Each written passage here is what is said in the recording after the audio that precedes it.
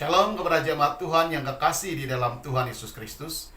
Semoga semua berada di dalam keadaan yang sehat, sejahtera, dan tabah, tenang dalam menghadapi keadaan dunia kita masa kini yang penuh dengan cabaran ini di dalam pimpinan dan berkat Tuhan senantiasa.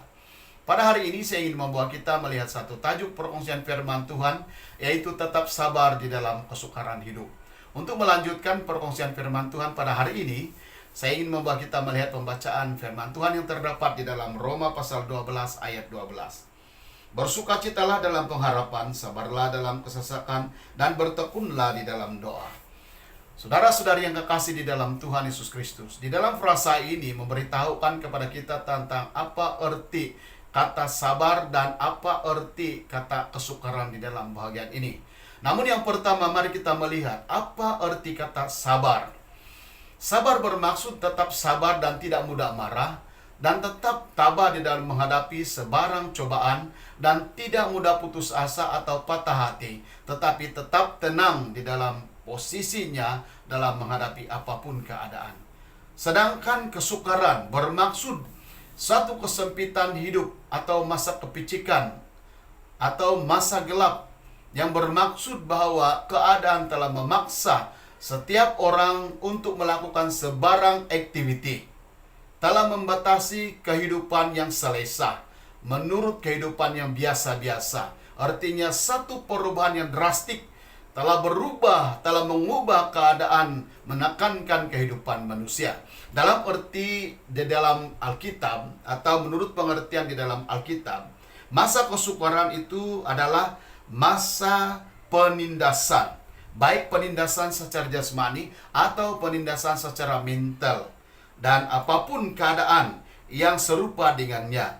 Tetapi Paulus di dalam bahagian ini, firman Tuhan ini, memberi nasihat kepada setiap orang percaya supaya tetap sabar dan bersikap tenang di dalam menghadapi sebarang kesukaran hidup. Merujuk kepada keadaan dunia kita masa sekarang, saudara-saudara yang kekasih di dalam Tuhan, sudah pastinya keadaan penularan pandemik ini yang telah meragut atau telah merebut ketenangan di dalam hati, bahkan sukacita di dalam kehidupan setiap orang. Itu sudah berlaku dan sedang berlaku masa sekarang ini. Saudara-saudari yang kekasih di dalam Tuhan, sebagai orang percaya, bagaimana cara kita berhadapan dengan situasi yang serupa ini? Firman Tuhan memberitahukan kepada kita, yaitu dengan berdoa. Berdoa merupakan satu praktik kehidupan orang percaya, karena mereka sadar dan mereka tahu bahwa doa merupakan satu anugerah rohani yang terindah, di mana mereka tahu bahwa tangan Tuhan yang tidak dapat dibatasi aktif bekerja dan melakukan apapun untuk kebaikan umatnya, anak-anak Tuhan, yaitu kita sendiri orang yang percaya. Supaya kita sadar, supaya manusia tahu, supaya orang percaya tahu bahwa hanya di dalam Tuhan ada pertolongan sempurna, dan hanya Tuhan yang merupakan sandaran kehidupan. Dengan demikian kita tetap tabah, tenang, dan kita tetap ada sukacita di dalam hati, karena kita adalah anak-anak Tuhan yang dilindungi dan dipelihara Tuhan.